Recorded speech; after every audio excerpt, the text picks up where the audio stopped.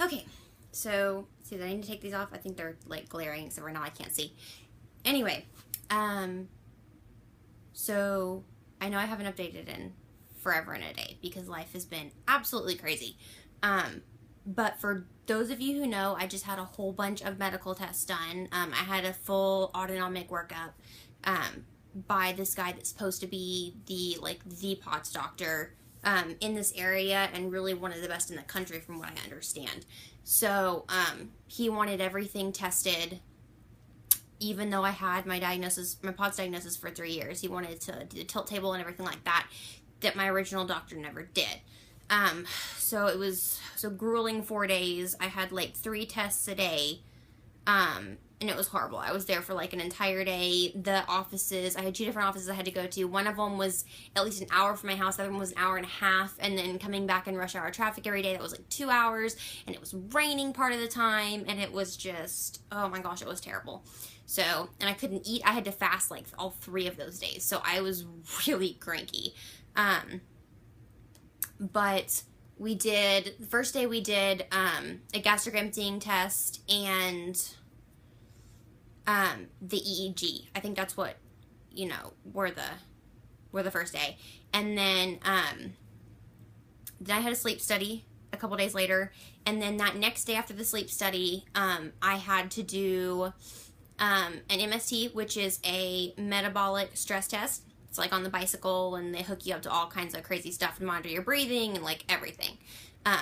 So there was that, and then I had to do an echo, just like a regular laying down echo of my heart. And then I also had to do, what else did I do that day?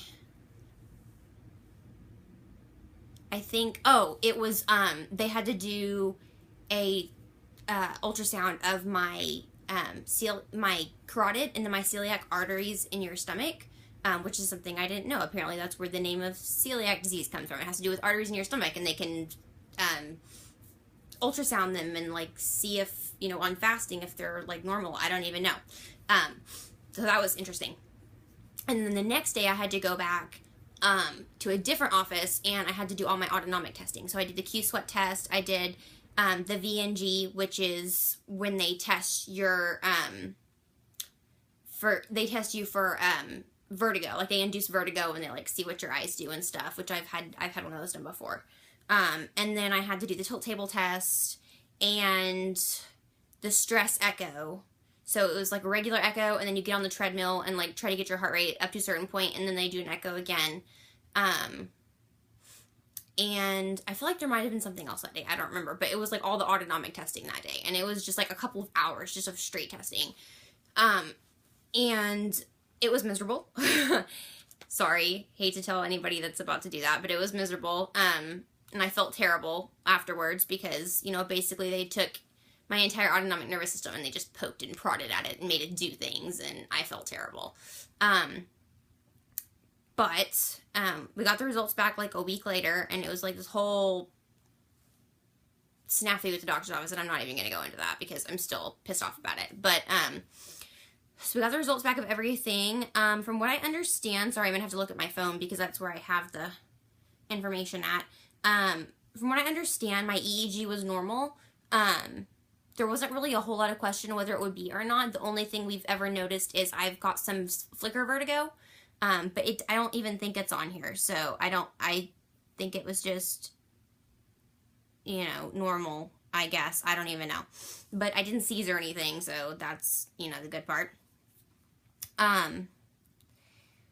Let's see, and they said my sleep study results weren't back yet, but I'm honestly not really expecting anything to come from that. I pretty much only did it to rule it out, and because my insurance paid for it. So, because I honestly think that my issues with sleep have a lot more to do with my PTSD than my POTS, but whatever. So basically, my carotid and my celiac were fine, which I pretty much knew the celiac would be. I knew that wasn't going to be a concern, which I was hoping it wasn't going to be, because I'm already lactose intolerant and red meat intolerant, and I just, like, I love bread. Like, I can't do that too. So, thankfully that was good. They said that my echo was normal, but it did show some mild mitral and tricuspid regurgitation.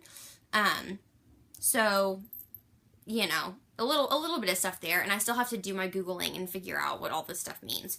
It said the carotid was good. My VNG, which is the one where they test you for vertigo and like basically inner ear balance issues, they said that one showed evidence of a central and peripheral vestibulopathy. Yes, I think. Anyways, so the central and peripheral vestibular problem, which is two separate, like, issues, basically. Two separate issues within the same system. So I've got there are two different deals going on with that, which isn't surprising, because I'm fairly certain I failed my balance test, so that was good. My MST, so that's the one with the bike, and the, what do you call that? It's the metabolic stress test. I was at 76% of normal, and that was doing, like, as much as, I mean, other people probably would have quit. But as an athlete, I'm used to, you know, pushing myself beyond my limit. So that was with that, and considering the fact that it was on a, not recumbent, the stationary bikes, which require, with the resistance, which requires a lot of leg muscle, which I have more of than a lot of people because of the type of sports that I do. So, you know, my opinion of that is, you know, with all of those advantages, I was still only at 76% of normal. So, there was that. The tilt table did exactly what it normally does. I went up 40 points when they tilted me up, and I don't have, like, there's an actual paper when you do the tilt table, and it monitors, like, everything. Like, they have a little ultrasound hooked up to your temple, so they can see the amount of blood flow to your brain during the whole thing, which I think is really cool.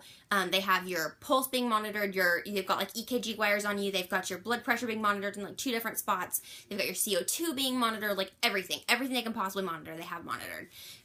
So, and they said my CO2 just was low the whole time, but it went from, they said normal is about 40, mine got down to 14.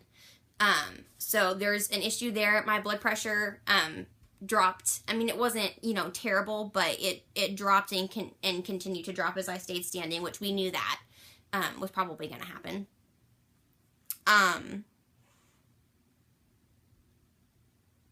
Yeah, and then it just has, like, my just general symptoms of, you know, feeling like crap while I was standing up there, because what I did not know about the tilt table is they tilt you up, and then you have to stand there in the 90-degree position for 30 minutes, like, strapped to this table.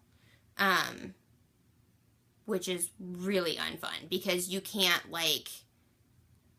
really shift your weight, you can't really bend your knees, you can't walk around, like, it's hard, and it makes you feel god-awful. So, we had to do that, and then the gastric emptying study, which is something I've needed to have done since I was a kid, because I've had gastric issues, that we were thinking was gastroparesis since I was little, and I was actually surprised. Like, I thought it would show something, but, it actually showed that, my gastric emptying is severely delayed, which I really wasn't expecting, compared to a lot of people I know. Like, I really don't consider it one of my worst symptoms. I don't know if it's just because I'm used to dealing with it, because I've had it my whole life, or what, but, like, I mean, there's a lot of other things that make my life harder that are not that. But yeah, they said it was only 13% after 30 minutes and 51% after 1 hour. And they also found grade 1 reflux, which, I mean, I get that sometimes, but I usually don't even notice that, unless it's part of what's contributing to my nausea. So, I don't know, I thought that was really interesting.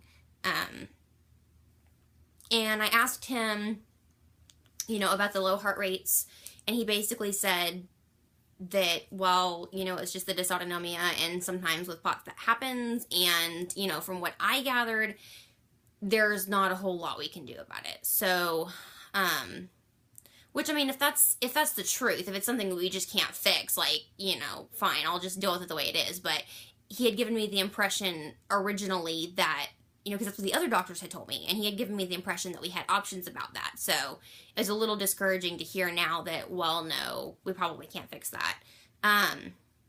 And he didn't want to prescribe medication right away.